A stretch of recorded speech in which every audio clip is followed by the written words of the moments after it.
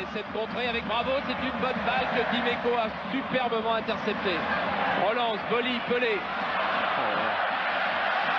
Durand, oh là là, c'est un récital. Les Brésiliens sont en blanc. Abedi Pelé. Tête et but, fabuleux. Fabuleux but de Basile Boli. Fabuleuse action marseillaise digne d'un champion d'Europe. Quelle action extraordinaire. Hey, bonjour les Marseillaises et les Marseillais, comment allez-vous en ce 14 juin 2022? Alors aujourd'hui, on attendait la décision de la DNCG pour ce troisième passage de l'Olympique de Marseille devant le gendarme financier du football français.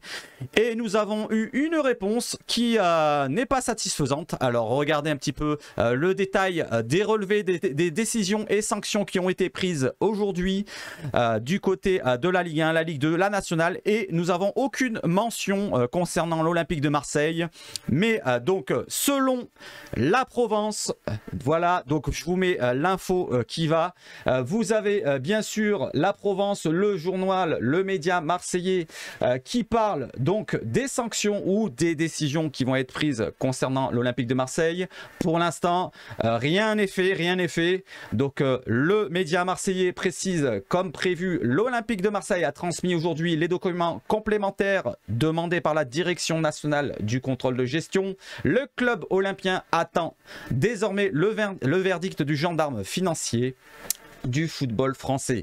Une décision qui pourrait intervenir entre demain, donc entre demain le 15 juin et le 23 juin, le dernier jour où il y aura une réunion à la DNCG. Qu'est-ce que vous en pensez un petit peu cette info? Le délai s'expliquerait plus ou moins par le grand nombre de dossiers en cours selon les instances, donc qui vient de communiquer avec le communiqué que je vous ai mis à l'écran.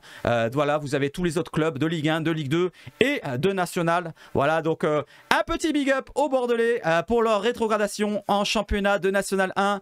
Voilà, vous allez pourquoi pas jouer au moins un titre cette saison. Voilà, voilà. Donc n'hésitez pas à me donner votre avis dans le commentaire. Est-ce que vous pensez qu'on est plus du côté vente du club pour ceux qui veulent croire à cette vente à 100%? Est-ce que vous êtes plutôt à croire à des sanctions pour les masses salariales qui vont arriver, ou une rétrogradation, pourquoi pas? À quoi vous pensez? Dites-moi-le dans le commentaire. Voilà, bon, pour mon avis, je vais rester dans le optimiste.